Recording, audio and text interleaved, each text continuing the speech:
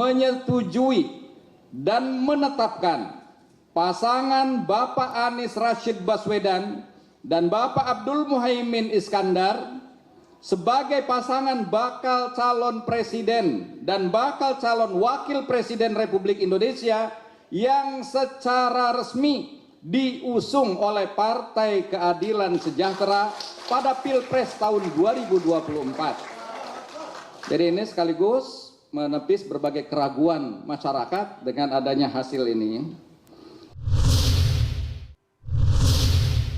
Ya, seperti sudah diperkirakan sebelumnya, sekalipun tadi dikatakan menepis keraguan masyarakat, PKS akhirnya secara resmi memberikan dukungan kepada pasangan calon Anies Baswedan Muhaimin Iskandar atau pasangan Amin. Kini dengan kekuatan Nasdem, PKB, PKS, pasangan Amin tentu berharap bisa mengambil ceruk suara dari pemilih Muslim dan juga kalangan NU yang dibawa oleh PKB. Yang menjadi pertanyaan banyak pihak, apakah ketika elit PKB dan PKS bersatu akan langsung diikuti oleh para pemilihnya. Kita bahas malam ini bersama narasumber. Yang pertama ada juru bicara PKS, Mas Muhammad Khalid. Mas Khalid, selamat malam. Selamat malam, Assalamualaikum Mbak Putri dan Prof. Hikam. Waalaikumsalam, terima kasih malam hari ini sudah bergabung. Dan juga ada pengamat politik Presiden University, Prof. A.S. Hikam. Prof. Hikam, selamat malam. Selamat malam Mbak Putri. Ya, terima kasih. Long time no see. Iya, betul-betul lama sekali. Mas Khalid, sekali lagi selamat untuk deklarasi yang sah tadi sore ya. Pernyataannya menarik sekali, menjawab keraguan masyarakat. Apakah memang itu juga dirasakan oleh PKS selama katakanlah 2 pekan terakhir setelah kemudian Anies Baswedan mengumumkan berpasangan dengan Muhaimin Iskandar? Ya, tadi Presiden Partai Keadilan Sejahtera Bapak Ahmad Saiku menyampaikan itu untuk menegaskan kepada seluruh keluarga besar konstituen Partai Keadilan Sejahtera yang terutama ya, dan kepada seluruh masyarakat Indonesia terkait konfirmasi dan final statement ya dari Partai Keadilan Sejahtera untuk dukungan kepada Anies Rashid Baswedan dan Gus Muhaimin. Jadi kalau dikatakan bahwa kenapa butuh proses, kenapa tidak langsung deklarasi, tentu ini indahnya demokrasi di PKS. Karena di PKS keputusan tidak bisa ditetapkan langsung oleh ketua umum, oleh presiden partai, tapi harus melakukan proses musyawarah yang diikuti oleh seluruh anggota Majelis Syuro seluruh Indonesia. Jadi hari ini seluruh anggota Majelis Syuro dari seluruh Indonesia hadir di DPP PKS dan menyampaikan pandangannya masing-masing.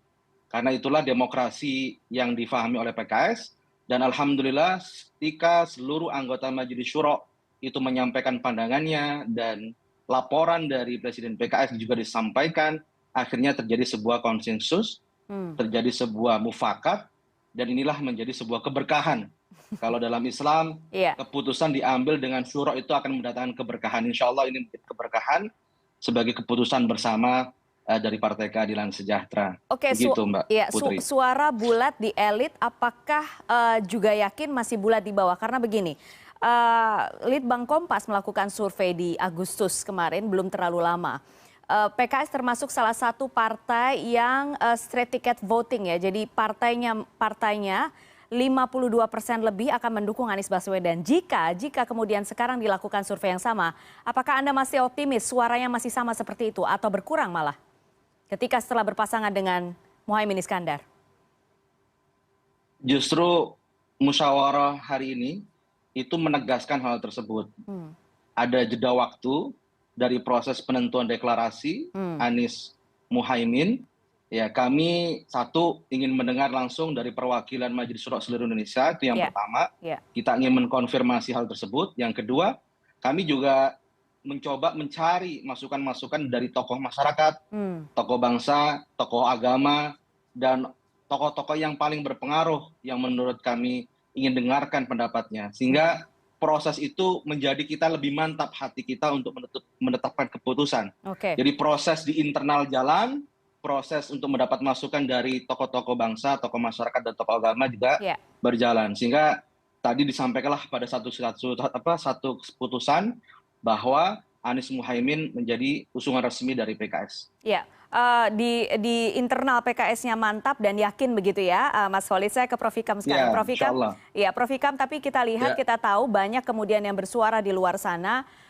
Beberapa ada juga hasil survei yang juga sudah dimunculkan, tapi perbedaan karakter pemilih antara PKB dan PKS ini bisa jadi kekuatan, bisa juga jadi hambatan. Prof. Ikam melihatnya di sini sekarang bagaimana?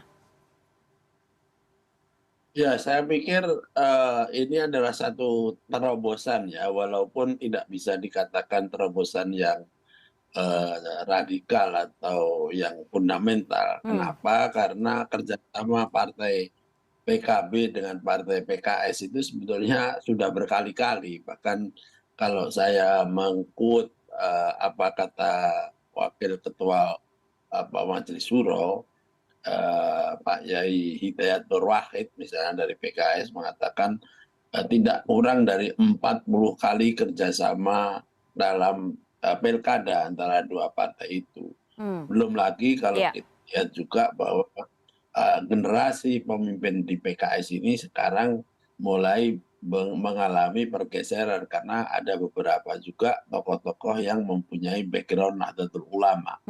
Jadi kalau kita lihat dari dua indikator ini aja, kita tidak bisa menganggap ini sebagai sesuatu yang terobosan yang radikal. Namun justru karena dia tidak radikal ini malah tinggal meneruskan. Nah, ini pekerjaan yang memang berbeda seperti kata Mbak Putri, karena base-nya itu beda antara PKS dengan PKB. Kalau PKS itu kan anak muda, kemudian kelas urban ya, kelas menengah urban ya, dan kemudian mereka tidak berbasis pada gerakan yang seperti Nahdlatul Ulama yang dimiliki oleh PKB yang sangat plural. Nah, sementara PKB ya walaupun semakin ke sini semakin urban juga, tetapi tetap mayoritas ada di bawah. Sehingga cara melakukan kampanye atau melakukan mobilisasi dukungan jelas berbeda, dan ini merupakan challenge atau tantangan tersendiri, tapi ini exciting karena orang tidak menyangka bahwa sebetulnya ada terjadi gerakan untuk saling mendekati antara PKS dan PKB. Karena apa? Yang pertama karena pimpinan yang lebih muda, kemudian ya realitas politik Indonesia memang tidak akan lagi menghendaki persatuan atau kerjasama hanya karena kesamaan ideologi atau kedekatan ideologi. Tetapi lebih kepada kepentingan besar. Oke. Ini yang sepertinya sedang dicoba oleh pasangan Amin gitu ya. Mas Khalid, tadi ada beberapa hambatan yang tadi disampaikan. Potensi hambatan yang disampaikan Prof. Ikam itu, apakah juga sudah diidentifikasi oleh teman-teman di PKS? Terutama untuk menjual pasangan Amin ini.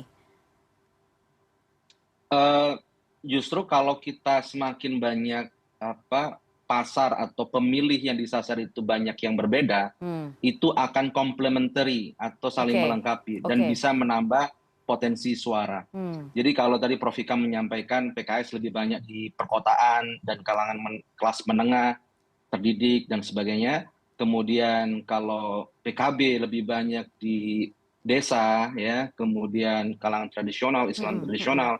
Nah, di sini bagi tugasnya lebih mudah gitu karena punya strength atau kekuatan masing-masing dari basis pemilihnya masing-masing. Seperti itu. Misal kalau PKS di Banten, Jakarta, Jawa Barat gitu ya, di beberapa kota-kota penting seperti Bandung, Depok gitu ya, di beberapa kota yang cukup signifikan suaranya itu menjadi basis-basis kemenangan Amin atau Anies Muhaimin. Nah, kalau nanti PKB bisa di beberapa basis seperti Jawa Timur ya, yang cukup kuat di sana, sehingga ini saya pikir akan menjadi kerjasama yang indah ya. Ini terobosan tadi apa yang disampaikan oleh Pak Hikam gitu. Oke, baik. Ya, gimana Mbak Putri? Iya, saya ke Prof. Ikam. Prof. Ikam, kita tahu dan banyak juga disampaikan bahwa pertempuran Pilpres 2024 itu disebut-sebut berada di Jawa Timur.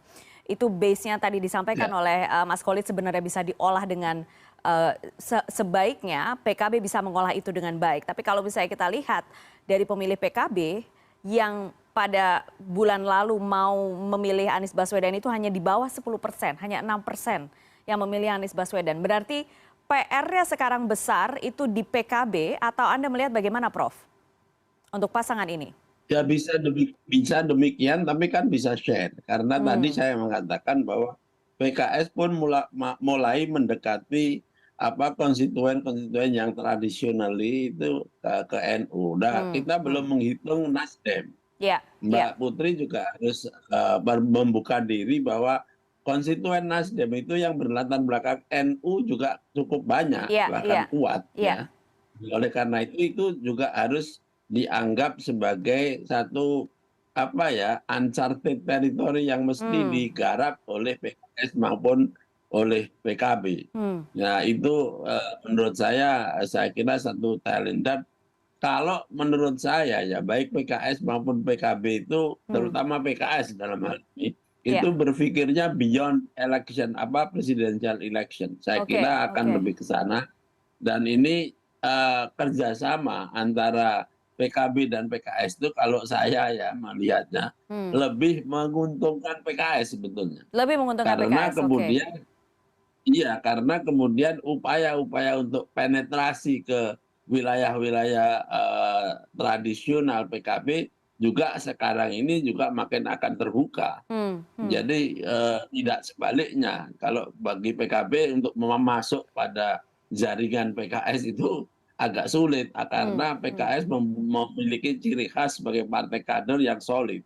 Ya kita lihat aja nanti tadi untuk menentukan wapres aja, cawapres yang padahal semua orang juga sudah tahu PKS tidak akan mempunyai banyak pilihan. Itu pun PKS masih menggunakan prosedural yang biasanya di partai-partai lain tidak terlalu dianggap sebagai satu yang sakral atau serius. Ini aja sudah menunjukkan bagaimana corporate culture atau political culture yang dibangun di PKS ini unpenetrable bagi kelompok lain termasuk oleh PKB. Oke. Sekarang Mas Khalid kalau misalnya melihat tadi yang disampaikan oleh Prof. Hikam dan sekarang melihat tadi Anda mengatakan ini komplementer. Sekarang pasangan Amin ini seberapa optimis untuk bisa mengambil suara mayoritas ini? Ya, di samping tadi ya, komplementari tadi apa yang disampaikan Prof. Hikam juga, saya pikir itu mutual benefit ya, saling menguntungkan juga gitu ya. Tidak Karena merasa kalau diuntungkan dalam banget koalisi ya? itu, mutual benefit. Bahkan kalau bahasanya kita di PKS ini, kita negarawan nih, cawapres, kita mengajukan 5 cawapres, walaupun nggak diambil, kita legowo gitu. Untuk bisa menyerahkan itu kepada keputusan Pak Anies, itu yang pertama. Terus yang kedua, untuk mayoritas, sebenarnya mayoritas ini kan ada beberapa segmen ya, ada teritorial, ada yang kedua adalah segmen dari sisi usia. Nah, saya pikir kita harus melihat juga generasi baru, ya, anak-anak generasi milenial, zilenial, ini juga butuh pendekatan yang baru. Nah, disinilah yang kemudian selain segmentasi berdasarkan afiliasi tadi masalah keagamaan tadi ya, NU dan sebagainya, kemudian teritorial perkotaan atau perdesaan, ada segmen baru di mana ini anak-anak muda ya, generasi milenial dan zilenial yang saya pikir ini juga dinamis. Mereka ini juga banyak swing voters. Mereka belum masih bergerak terus ya. Apalagi zilenial, betul, generasi zilenial inilah yang kemudian akan menjadi fokus kita. Nah, di sini menariknya nih Mbak Putri, menariknya adalah mereka ini belum menentukan pilihan dan mereka suka dengan politik gagasan. Itu jualannya ya. Ke depan kita akan kompetisi gagasan. Baik. Mas Khalid terima kasih malam hari ini sudah bergabung, waktunya singkat. Prof. Hikam terima kasih banyak.